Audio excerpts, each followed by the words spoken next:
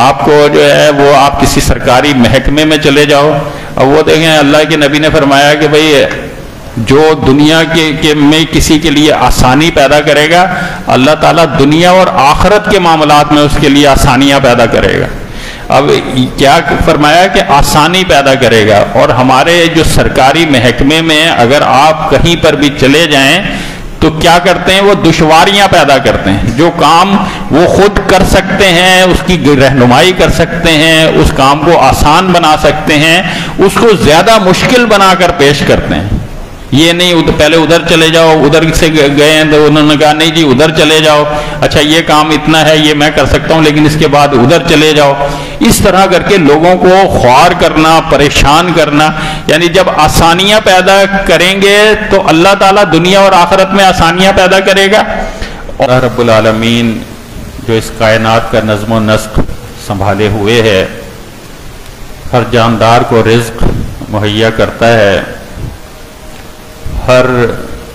چیز کو اس کو برقرار رہنے کا جواز فراہم کرتا ہے۔ یدبر الامر من السماء الی الارض، زمین سے لے کر آسمانوں تک ہر جگہ کا نظم اسی نے قائم کیا ہوا ہے۔ وہ اللہ رب العالمین جو ہماری شہرک سے زیادہ ہمارے قریب ہے، اور ذرا سوچیں کہ اگر وہ مہربان نہ ہوتا، الرحمن اور الرحیم نہ ہوتا تو ہم پر کیا بیتتی، کیا گزرتی۔ اس نے خود اپنے اوپر لازم کیا ہوا ہے کہ وہ رحم کرے گا، اس کا رحم اس کے غضب پر حاوی ہے۔ اسی لیے ہم اتنی نافرمانیاں کر کے، اتنے گناہ کر کے، اور آسمانوں تک اپنے نامہ اعمال میں غلطیوں اور گناہوں کا کے دفتر بنا کر اس کے باوجود بھی برقرار ہیں۔ اللہ رب العالمین ہی ہے جس نے ہماری عزتیں رکھی ہوئی ہیں، ہمارے گناہوں کی پردہ پوشی فرماتا ہے۔ اسی اللہ کے ساتھ تعلق جوڑنے کی ضرورت ہے، اور یہ مہینہ رمضان المبارک کا یہ اللہ کی رحمت کا ایک بہت بڑا مظہر ہے، اور اس کی قدر و قیمت وہی لوگ جانتے ہیں کہ جن کو کہ دلوں میں آخرت کی فکر ہے۔ اتنی بڑی نعمت اللہ رب العالمین نے عطا فرما دی ہے۔ سورج اس مہینے میں بھی اسی طرح نکلتا ہے جس طرح باقی سالوں میں نکلتا ہے، اسی طرح صبح ہوتی ہے، اسی طرح دوپہر ہوتی ہے، شام ہوتی ہے، رات ہوتی ہے، لیکن کتنا بڑا فرق ہے کہ اللہ رب العالمین نے اس ماہ مبارک کو خاص فضیلتوں سے نوازا ہوا ہے، اور اللہ یہ چاہتا ہے کہ میرے بندے اس ماہ مبارک سے فیض یاب ہوں، اس سے استفادہ کریں اور اپنے گناہوں کی بخشش بھی کرائیں، اور اس کے ساتھ ساتھ نیکیوں کا ایک بڑا ذخیرہ جمع کر لیں۔ سارا سال جو کچھ ہوتا رہا سو ہوتا رہا، وہ بھی کوئی اچھا نہیں تھا، لیکن اگر اب بھی اچھا نہ کیا تو پھر ہمارا کوئی اس کے علاوہ اور پھر کوئی راستہ نہیں ہے، اور کوئی در ایسا نہیں ہے کہ جہاں ہم جا کر اپنی غلطیوں کوتاہیوں سے کو معاف کروا سکیں۔ یہ واحد مہینہ ہے، اس میں ہر عبادت گناہوں کی مغفرت کا سبب ہے، باعث ہے۔ نیکیاں کرنا اجر و ثواب کے اعتبار سے کئی گنا اضافہ ہو جاتا ہے۔ سیدنا طلحہ بن عبید اللہ رضی اللہ تعالیٰ عنہ فرماتے ہیں کہ نبی کریم صلی اللہ علیہ وسلم کی زندگی میں دو افراد ایک ساتھ مسلمان ہوئے، ان میں سے ایک ذرا زیادہ محنتی تھا، عبادت اور ریاضت میں بھی محنتی، اور پھر اس نے جہاد کیا اور جام شہادت نوش کر لیا۔ دوسرا 1 سال تک زندہ رہا، اور اس کا 1 سال بعد طبعی انتقال ہو گیا، یعنی وہ شہادت کی موت نہیں تھی۔ کہتے ہیں کہ میں نے خواب میں دیکھا کہ میں جنت کے دروازے پر کھڑا ہوا ہوں، اور یہی دونوں ساتھی آئے ہیں، اور جو جنت سے ایک داروغہ نکلا ہے، اور اس نے جو بعد میں انتقال کیا تھا اس کو پہلے جنت میں داخل کیا، اور جس نے پہلے شہادت کی موت پائی تھی اس کو بعد میں جنت میں داخل کیا، اور مجھے یہ کہا کہ بھئی تمہارا ابھی نمبر نہیں آیا۔ یہ خواب انہوں نے نبی کریم صلی اللہ علیہ وسلم کی خدمت میں پیش ہو گیا، اور نبی کریم صلی اللہ علیہ وسلم جو ظاہر ہے جو کچھ ارشاد فرماتے تھے وہی والی زبان سے ارشاد فرماتے تھے، اور فرمانے لگے اس میں تعجب کیا ہے؟ کہنے لگے تعجب تو یہ ہے کہ وہ شہادت کی موت اس کو آئی، اور وہ عبادت و ریاضت میں بھی یعنی محنت میں کے اعتبار سے اس سے زیادہ تھا، لیکن پھر اس کو پہلے جنت میں داخل کیا گیا اور اس کو بعد میں جنت میں داخل کیا گیا۔ تو آپ نے فرمایا کیا اس کو 1 سال نہیں ملا، اور اس میں اس سال میں رمضان المبارک کا مہینہ نہیں آیا، اور اس ماہ مبارک میں جو اس نے عبادتیں کر لیں اور نیکیاں کر لیں، اور اس پورے سال میں جو اس نے نیکیاں کر لیں، ظاہر ہے وہ ایک اضافی اس کی نیکیاں تھیں، اور اللہ رب العالمین نے اس کو یہ مقام دیا۔ یعنی یہ دکھانا مقصود تھا، خواب تھا، اور صحابی کا خواب تھا، اور جب اللہ کے نبی صلی اللہ علیہ وسلم کی تصدیق ہو گئی تو بات بالکل کلیئر ہو گئی کہ بھئی شہادت کی موت مرا تھا، لیکن یہ بندہ جس کو رمضان المبارک میسر آ گیا تھا اپنی زندگی میں، یہ اتنا قابل قدر مہینہ تھا، اس کے لیے ثابت ہوا کہ وہ جنت میں پہلے داخل ہونے کا سبب بن گیا۔ تو آپ اندازہ لگائیں، اسی وجہ سے سارے ہمارے اسلاف اس ماہ مبارک میں سب کچھ چھوڑ کے اسی سے فیض حاصل کرنے کی کوشش کرتے تھے، کوئی لمحہ رائے گاہ نہیں جانے دیتے تھے۔ قرآن مجید کی تلاوت کرنا، ذکر و اذکار کرنا، نیکیاں کرنا، صدقہ خیرات کرنا، کھانا کھلانا، بس یہی مشغلے ہوتے تھے ان کے اس ماہ مبارک میں، اور اسی میں وہ اپنے آپ کو مصروف رکھتے تھے۔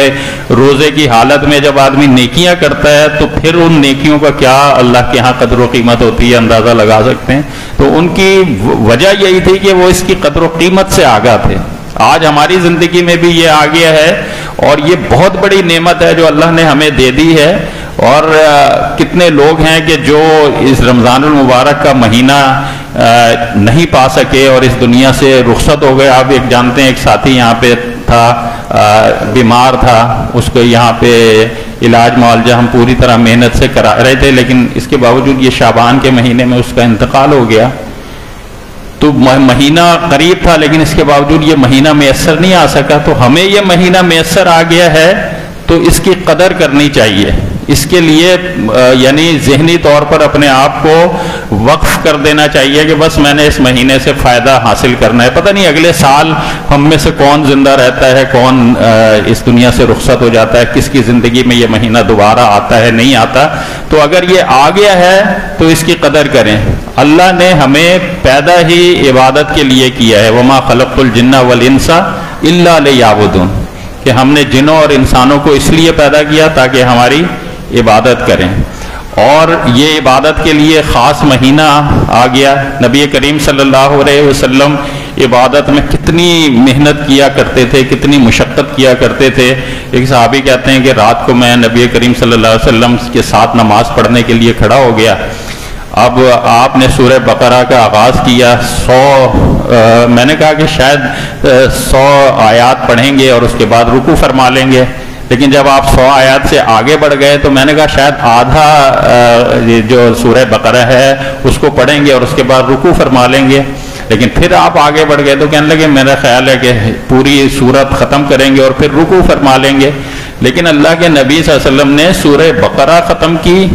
سورہ آل عمران ختم کی، سورہ نساء ختم کی، یعنی یہ ہے ذوق و شوق عبادت کا۔ آپ دیکھیں کہ جبری طور پر اگر آپ کو کوئی کھڑا کر دینا تو آپ 15 منٹ بعد آپ کو جو ہے نا وہ ہوگا کہ یار تھکاوٹ محسوس ہونے لگے گی، بیزاری آنے لگے گی، لیکن یہ کیسی لذت پا رہے تھے، کتنا ذوق اور شوق تھا عبادت کا کہ کتنی طویل صورت ہے سورہ بقرہ۔ ہمیں کوئی امام صاحب تھوڑا سا رکوع لمبا کر دیں، سجدہ لمبا کر دیں، تھوڑا سا قیام لمبا ہو جائے تو ہم پر گراں گزرتا ہے، اتنا بھاری قیام، اور پھر اس کے بعد اتنے ہی بڑے بڑے رکوع اور سجود جو صحابی بتاتے ہیں، اور وہ سب اللہ کے نبی صلی اللہ علیہ وسلم فرما رہے ہیں۔ تو یہ سب کچھ کیا تھا؟ یہ عبادت کا ذوق تھا، شوق تھا، یعنی لذت کچھ آ رہی ہوگی نا۔ ہماری عبادات تو لذت سے ہم محروم ہو گئے ہیں، کیونکہ وہ قرآن مجید کا مفہوم ہمارے ذہنوں میں نہیں ہوتا، وہ شوق ہم اپنے اندر جو ہے نا پیدا نہیں کر رہے ہوتے۔ یعنی یہ چیزیں پیدا کرنے کی ضرورت ہے، ان کو بڑھانے کی ضرورت ہوتی ہے کہ شوق کس طرح بڑھایا جائے، اپنی عبادت کا شوق اپنے اندر کس طرح پیدا کیا جائے۔ تو اب وہ اتنی طویل عبادتیں کر رہے ہیں، اور سیدہ عائشہ فرماتی ہیں کہ پیر آپ کے سوج جاتے تھے، اتنے طویل قیام آپ فرماتے تھے۔ اور کہتی ہیں کہ میں کہتی کہ بھئی اللہ کے پیغمبر آپ تو بخشے بخشائے ہیں، تو فرمایا کیا میں اللہ کا شکر گزار بندہ نہ بن جاؤں؟ یعنی ہمیں بھی اللہ نے تو کم نعمتیں نہیں دے رکھی نا، عزت دی ہے، دولت دی ہے، یعنی کہ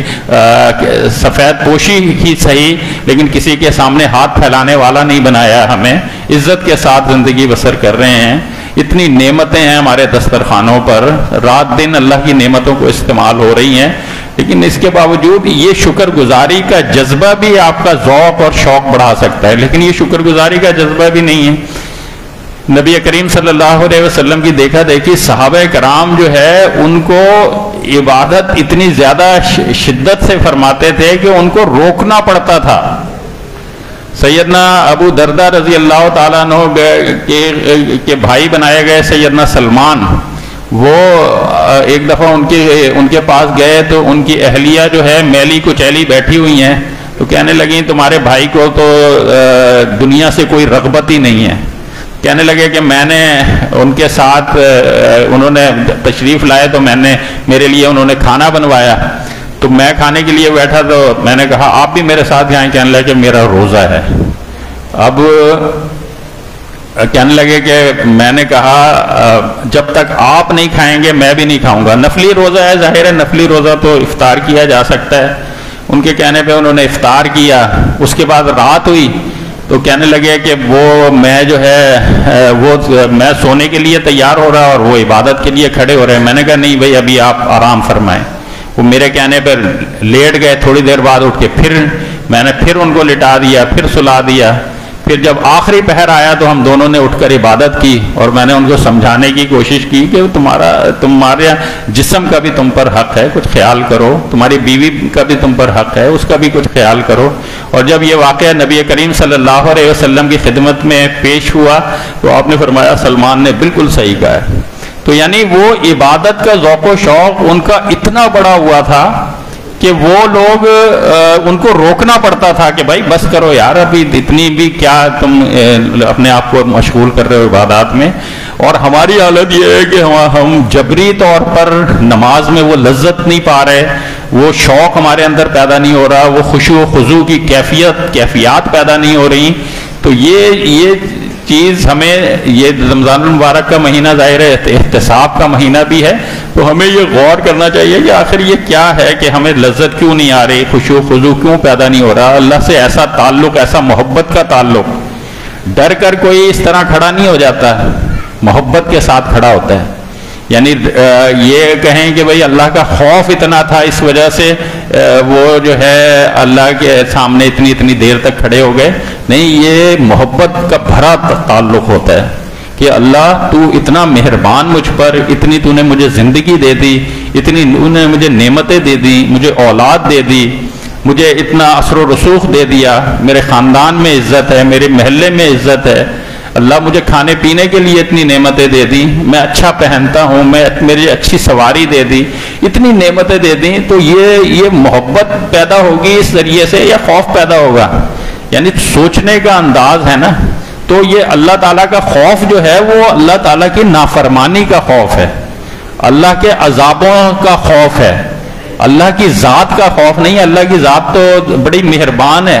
بڑی محبت کرنے والی ہے، وہ تو آپ کے لیے ہر وقت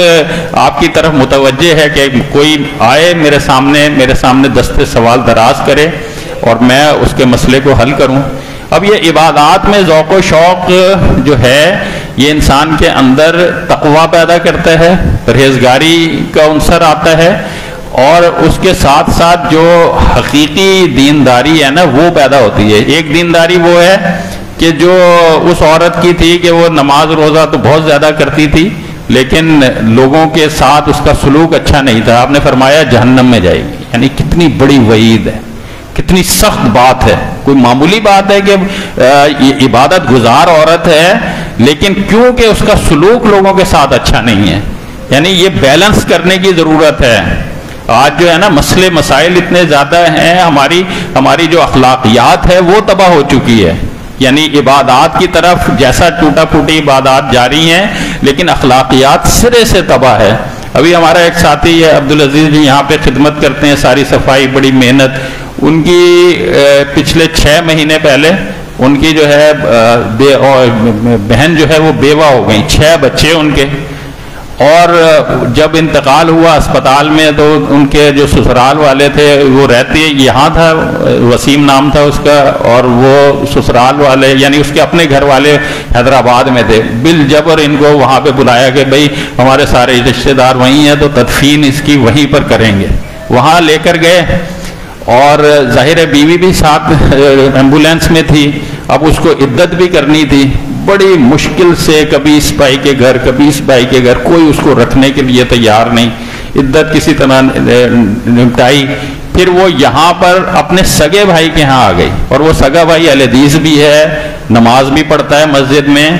اور 1-1.5 مہینہ اس کو رکھا ہوگا، اور اس کے بعد اب اس کو گھر سے نکالنے کے در پہ، اور ابھی یہ عبدالعزیز نے ایک گھر کرائے کا لیا ہے اور اس کو وہاں پر رکھنے کی جو ہے نا وہ طریقہ بنایا ہے۔ تو یعنی نماز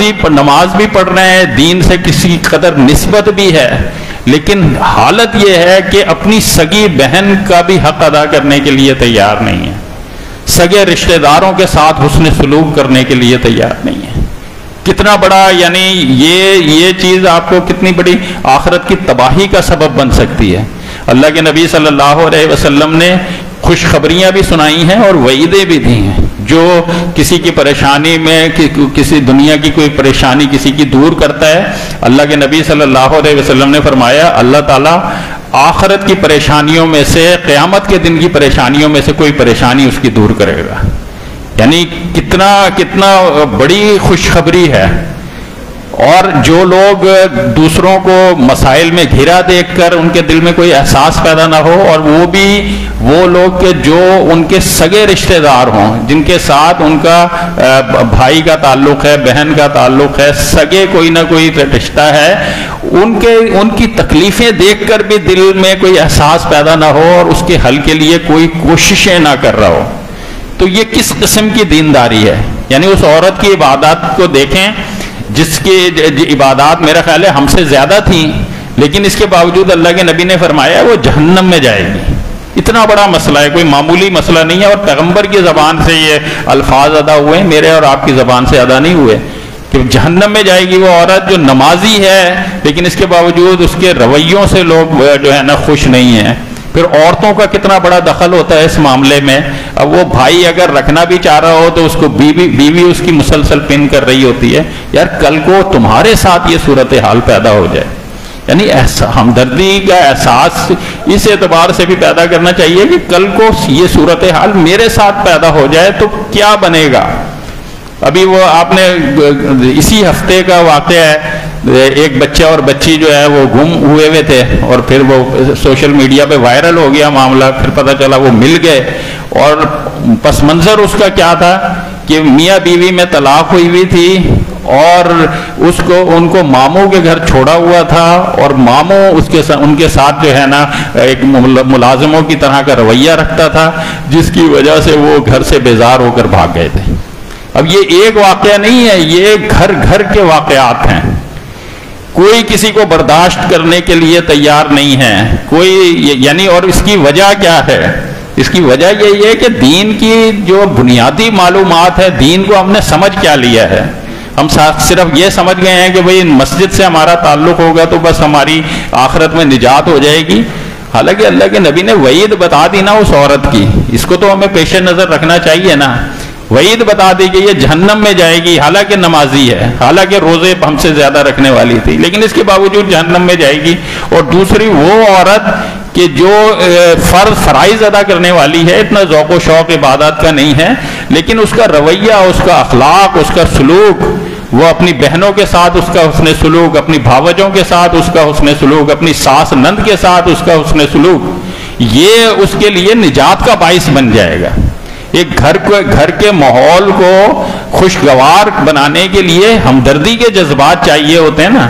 وہ ہمدردی کے جذبات ہی نہ ہو، ایک دوسرے سے حسد ہو، ایک دوسرے کو دیکھ کر جو ہے نا غصے آ رہے ہوں، ایک دوسرے کو دیکھ کر خون کھول رہا ہو، ایک گھر میں رہتے ہیں لیکن اس کے باوجود اتنی نفرتیں اور اتنی دوریاں پیدا کر لی ہوں، اور اس بھائی اگر بھائی کی مدد کرنا چاہے تو بیوی کا دباؤ ہے، وہ نہیں کر سکتا، بیوی اگر جو ہے نا اپنے گھر والوں کے کوئی ایسا مستحق ہے اس کی مدد کرنا چاہے تو شوہر نہ چاہے، کس طرح کی ہم یعنی اخلاق کے مالک بن گئے۔ اللہ کے نبی نے فرمایا کہ دنیا کی کسی پریشانی کو کوئی دور کرتا ہے، اللہ رب العالمین اس کی آخرت کی پریشانیوں میں سے کوئی پریشانی دور کر دیتا ہے۔ آخرت کی کیسی پریشانی ہوگی؟ 50,000 سال کا دن ہے، اور کوئی یعنی دنیا میں تو ہمیں فیسیلیٹیٹ کرنے والے، سہولتیں دینے والے لوگ ہوتے ہیں نا، اگر جیل میں بھی چلے جائیں وہاں پر بھی سہولتیں مل جاتی ہیں، لیکن وہ آخرت کے دن تو کوئی کسی کو یوم یفر المرء من اخیہ و امہ و ابیہ و صاحبتہ و بنیہ، کہ اس دن ہر رشتہ دار ایک دوسرے سے بھاگ رہا ہوگا، سگے رشتہ دار ایک دوسرے کا منہ دیکھنے کے لیے تیار نہیں ہوں گے، ہر شخص کو اپنی پڑی ہوگی، نفسی نفسی، ہر شخص کو اپنی پڑی ہوئی ہوگی۔ لیکن اس موقع پر اللہ نے یہ خوشخبری سنائی ان لوگوں کو کہ جو لوگوں کی دنیا کی پریشانیوں کو دور کرتے ہیں،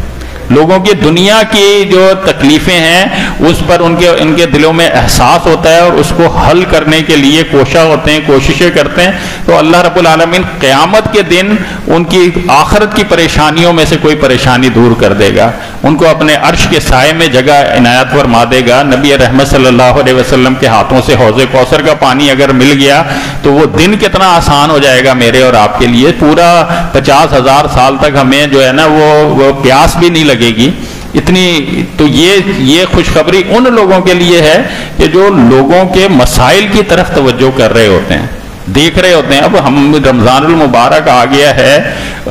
قریب کے جو رشتہ دار جو ایسے ہیں کہ میری پوزیشن اچھی ہے، اور میرے رشتہ داروں میں کتنے گھرانوں میں ایسا ہوتا ہے کہ پہلے دوسرے تیسرے رمضان میں کھانے پینے کے لیے، افطاری کرنے کے لیے کچھ نہیں ہوتا۔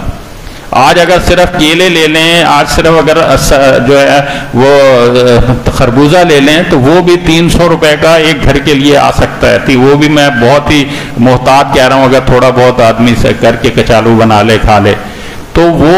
اس پوزیشن میں نہیں ہوتے۔ ابھی ایک شخص کی تنخواہ ہے 35,000 روپے، 35,000 بظاہر بہت ساری تنخواہ ہے، لیکن اگر آپ اس کو کیلکولیٹ کریں، اس کے بجٹ بنائیں اور رمضان المبارک کا بجٹ بنا لیں تب بھی، اور اس کے علاوہ بجٹ بنا لیں، اگر وہ کرائے کے مکان میں رہتا ہے،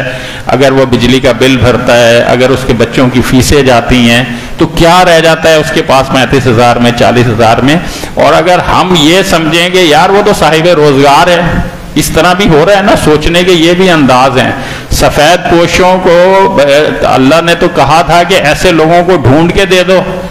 اور ہم نے کیا کیا ہے کہ ہم یہ ہمارے الفاظ کیا ہوتے ہیں، ہم کہتے ہیں کہ یار یہ مانگتا تو ہے نہیں، اب میں اس کو کیا دوں۔ بھائی اس کی تنخواہ آپ کو علم میں ہے، وہ اس فیکٹری میں کام کرتا ہے جس میں زیادہ سے زیادہ تنخواہ 32,000 ہے، اب اس 32,000 میں وہ کس طریقے سے سروائیو کر سکتا ہے معاشی طور پر اس مہنگائی کے دور میں؟ تو اب وہ اس کے لیے کسی سے کوئی پوچھنے کی ضرورت نہیں ہے کہ بھئی تمہارا گزارا کس طرح ہو رہا ہے، تمہیں ضرورت ہے یا نہیں ہے، آپ خود اس کی ضرورت کو محسوس کریں اور اس کے مسائل کو حل کریں۔ رمضان المبارک میں تو کم از کم اس کے گھر میں راشن ہونا چاہیے، رمضان المبارک میں تو کم از کم اس کے بچوں کے عید کے کپڑے خود اپنے اس کے نہ بنے، لیکن کم از کم بچوں کے عید کے کپڑے اور عید کی جوتیاں تو آ جانی چاہیے۔ اتنا تو میں توجہ کر سکتا ہوں، اور آپ توجہ کر سکتے ہیں اپنے غریب رشتہ داروں کی طرف۔ تو ہماری جو یہ یعنی دینداری کا جو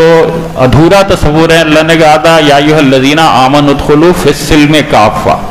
اے ایمان والو مکمل طور پہ پورے کے پورے دین میں داخل ہو۔ صرف عبادات کے مسلمان نہ ہو بلکہ اخلاق کے مسلمان بھی ہو، بلکہ لین دین کے مسلمان بھی ہو، بلکہ دنیا کے تمام معاملات میں جو اسلام کی رہنمائی ہے اس کو اپلائی کرتے ہو۔ یہ ادھورے مسلمان، ناقص مسلمان، صرف عبادت کے مسلمان، صرف مسجد کے مسلمان، یہ جو ہے نہ آخرت میں نجات کے لیے کافی ہوگا اور نہ ہی یہ دنیا میں آپ کو نظر آ رہا ہے اس وقت کیا صورتحال پیدا ہو چکی ہے، کتنا جو ہے نا یعنی برقرار رہنا کتنا مشکل ہو رہا ہے۔ تو یہ جب ہم اپنے آپ کو درست نہیں کریں گے، دین کا صحیح تصور ہمارے ذہنوں میں نہیں ہوگا، تو نتیجہ یہی نکلے گا کہ بگاڑ کی انتہا کو پہنچ جائیں گے۔ یہ جو آپ کو ادارے غلط نظر آ رہے ہیں نا، سیاستدان غلط نظر آ رہے ہیں،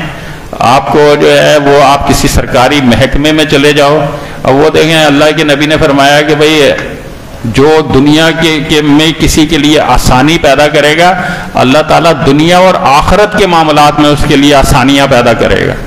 اب کیا فرمایا کہ آسانی پیدا کرے گا، اور ہمارے جو سرکاری محکمے میں اگر آپ کہیں پر بھی چلے جائیں تو کیا کرتے ہیں، وہ دشواریاں پیدا کرتے ہیں۔ جو کام وہ خود کر سکتے ہیں، اس کی رہنمائی کر سکتے ہیں، اس کام کو آسان بنا سکتے ہیں، اس کو زیادہ مشکل بنا کر پیش کرتے ہیں۔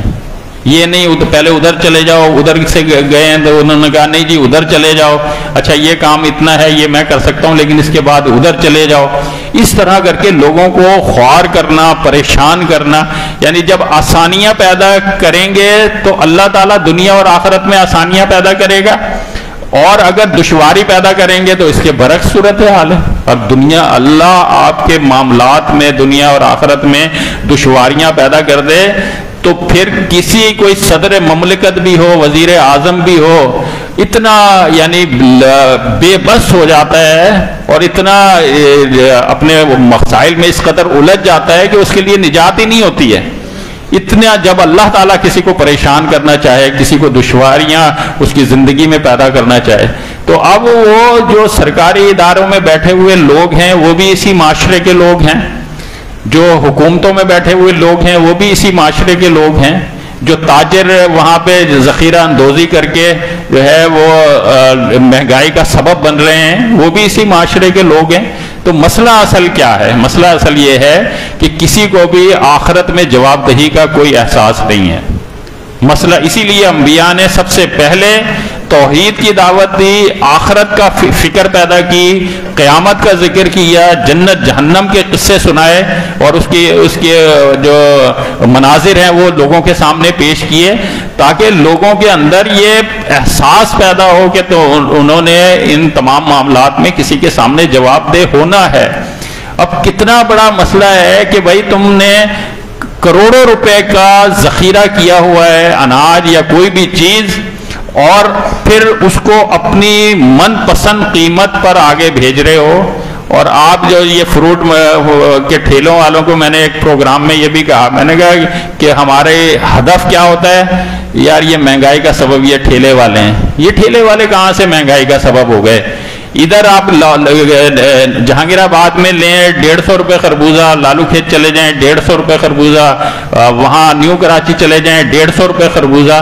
تو اگر خربوزے والوں میں اگر سب کوئی زیادہ وہ لے رہا ہے منافع اور کوئی کم منافع لے رہا ہے تو قیمتوں میں فرق تو ہونا چاہیے۔ یہ تو پیچھے سے اتنا آ رہا ہے، اسی وجہ سے تو ان کو، اور وہ جو انتظامیہ حرکت میں آتی ہے اس کا بھی حال یہ ہے۔ اب ان کا انصاف ایسا ہوتا ہے اور ظلم کا سبب بنتا ہے۔ ایک عام جو ہے نا وہ لے کر آیا ہوا ہے، فرض کریں 125 روپے کلو اس کو گھر پہ پڑا ہے لا کر خربوزہ، اب اس کو کہہ رہے ہیں 120 روپے کلو بیچو یہاں پہ۔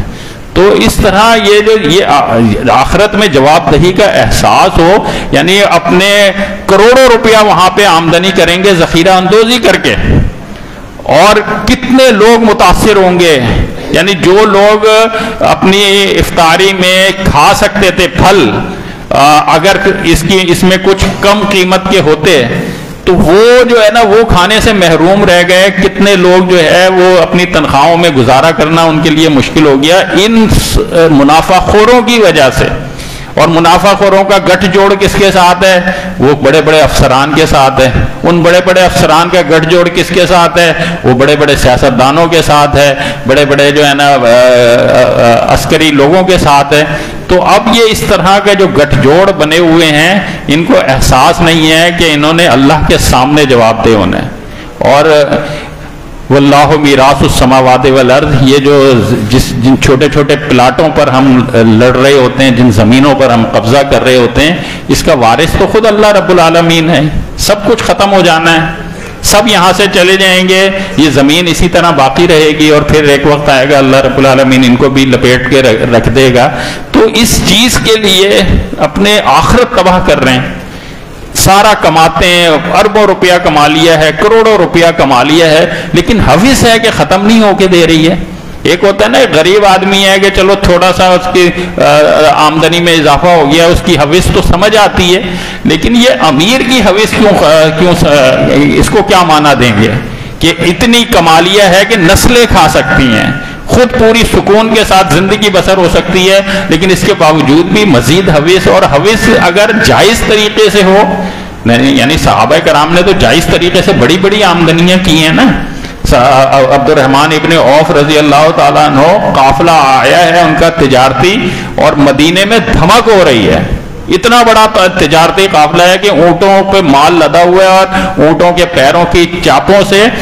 مدینے میں ایک تھرتھلی مچ گئی ہے، اتنا امیر آدمی۔ تو اسی طریقے سے اللہ تعالیٰ نے جائز طریقے سے بھی بہت سے لوگوں کو بہت سا نوازا ہوتا ہے، لیکن یہ کہ حوث ہونا، مزید کی حوث ہونا، اور پھر ان کا اس جو دولت اللہ رب العالمین نے دے رکھی ہے اس کا حق ادا نہ کرنا، گردوں پہ اپنے ملازموں کو نہ دیکھنا، یعنی ایک تو دور کی بات ہے نا، اپنے جو گھر کے ملازم ہوں، اپنی فیکٹری کے جو ملازم ہوں، اب 32,000 روپے تنخواہ دے رہے ہیں، اب زکاتیں جو ہے نا وہ ویلفیئر اداروں کو جو ہے نا چیک 20 لاکھ 25 لاکھ کے کاٹ کے دے رہے ہو، یا تمہارے کم از کم اپنے ان کو دیکھ لو، ملازموں کو دیکھ لو، زکات سے ہی دے دو اگر تم وہ پیسہ نہیں دینا چاہتے اپنا، تو زکات کے پیسے سے کم از کم ان کو دیکھ لو، ان کے بچوں کو دیکھ لو، ان کے گھر والوں کو دیکھ لو۔ یہ احساس کیا ہے کہ آخرت کا احساس نہیں ہے کہ اللہ کے سامنے ہم نے جواب دہ ہونا ہے۔ اس جواب دہی کا احساس ہی تو انبیاء کرام پیدا کرتے تھے، اور آج ہم میں سب سے بڑی کمی اسی چیز کی ہے۔ آج دیکھیں نا فلسطین میں روزانہ 150-200 لوگ مارے جا رہے ہیں، کیا یعنی جو ویڈیوز آئی ہوئی ہیں جدھر بچوں کی جو حالت ہے، جو عورتوں کی، جو بوڑھوں کی جو حالت ہے، اور ہمارے دل میں ہم کچھ بھی کرنے کی پوزیشن میں نہیں ہیں، یہاں تک کہ اب تو دعائیں کرنا بھی چھوڑ دی ہیں۔ یعنی ایک تو یہ ہوتا ہے نا کہ وہ احساس ہے یار کچھ کریں، لیکن کچھ بھی کسی بھی سطح پر کچھ کرنے کے لیے ریاست کی ذمہ داری ہے، اصل وہاں پہ بے حسی ہے، سارے جو ہے نا بے حس ہو کر بیٹھے ہوئے ہیں، عوام کی ذمہ داری ہے وہ کم از کم پریشر ڈال دیں، دباؤ ڈال دیں، نکلیں، سیاسی مذہبی جماعتوں کی ذمہ داری ہے وہ کم از کم لوگوں کے اندر شعور پیدا کر دیں، لیکن کچھ بھی نہیں ہو رہا، اور ایک نسل تباہ ہو رہی ہے، کاٹی جا رہی ہے پوری طرح، احساس ہمارے دلوں سے بالکل ختم ہو چکے ہیں۔ اب یعنی اس میں اگر ہم تھوڑا سا سوچیں، اس وقت ہم بے بس ہیں نا، حکومت اور ریاستی سطح پر یہ معاملات ہو سکتے ہیں، وہاں پر نہیں ہو رہے ہیں، تو یہ حکومت اور ریاست کو کے انتظام و انصرام کو حاصل کرنے کی جستجو کبھی میری اور آپ کی ہے یا نہیں ہے؟ کبھی اللہ سے مانگا ہے کہ اللہ ہمیں اقتدار عطا فرما دے؟ کبھی جستجو کی ہے، کوشش کی ہے، راستہ اختیار کیا ہے کہ اقتدار کے ایوانوں میں پہنچیں اور وہاں جا کر جو ہے اسلام کا پرچم سر بلند کریں اور دین کی بات کریں، امت مسلمہ کے جو مسائل ہیں ان کی بات کریں، ان کو حل کرنے کی بات کریں؟ یہ بھی ہمارے اندر کوشش نہیں ہے۔ یہ ساری چیزیں ہمیں سوچنے کی ضرورت ہے۔ یہ خطبہ جمعہ صرف معلومات کا ذریعہ نہیں ہونا چاہیے، بلکہ یہ اچھے اعمال پر اکسانے کا سبب ہونا چاہیے، موٹیویٹ ہونا چاہیے اچھے کاموں کی طرف۔ اپنی زندگی کی ڈائریکشن درست کرنے کی ضرورت ہے۔ صرف ذات کے لیے زندگی بسر کرنا، سوچنا نہیں کسی کا، امت کا نہیں سوچنا، اپنے علاقے کا نہیں سوچنا، اپنے ملک کا نہیں سوچنا، صرف اپنے بارے میں سوچنا، اپنی اولاد کے بارے میں سوچنا، بس یہ زندگی رہ گئی ہے۔ اس سے بڑھ کر کچھ کرنے کی ضرورت ہے۔ اور جب ہم اپنے آپ کو یہ بے بس سمجھتے ہوئے صرف اللہ سے یہ دعا کرتے ہیں نا، یا اللہ فلسطینیوں کی مدد فرما، تو یہ اس صورت میں کارآمد ہو سکتی ہے جبکہ کوئی آپ کوشش بھی کر رہے ہوں، کوئی جستجو بھی کر رہے ہوں، اپنی ذات سے بڑھ کر سوچا ہو،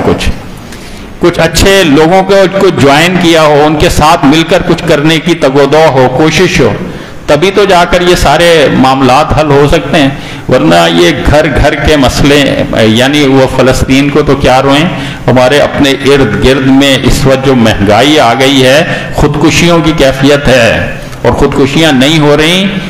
تو یہ سمجھ لیجئے کہ بہت بڑی بات ہے کہ اس حالت میں بھی خودکشی نہیں ہو رہی ہے کہ بچوں کو بلکتا ہوا دیکھنا، کچھ کھانے جو بے روزگار ہیں، جن کا روزگار، جن کی تنخواہ نہیں آ رہی، جن کی تنخواہ ہے ماہانہ، وہ تو چلیں گزارا کر لیتے ہیں، لیکن جن کی تنخواہیں نہیں ہیں، جن کا جو بے روزگار ہوئے ہوئے ہیں، جو ادھر سے مانگا ادھر سے مانگا، مانگ کے تھک چکے ہیں، اور اب جو ہے نا وہ منہ چھپاتے پھر رہے ہیں. کتنے واقعات ابھی 5C4 نیو کراچی میں خود بھی جلا لیا، اپنے 3 بچوں کو بھی جلا ڈالا، اس طرح کے واقعات پیش آ رہے ہیں. تو اس میں ہمیں اپنی ذمہ داریوں کو کم از کم اپنے ارد گرد کے لوگوں کو دیکھنے کی ضرورت ہے، ان کو توجہ دینے کی ضرورت ہے، خاص کر اپنے رشتہ داروں کو، خاص کر اپنے محلے والوں کو، خاص کر اپنے حلقہ احباب اور دوست احباب کو، کیونکہ یہی ہمارے بس میں ہے، ہم اسی کے مکلف بھی ہیں. ہمیں سوچنا چاہیے کہ ان کے لیے ہم نے کیا کیا ہے. اللہ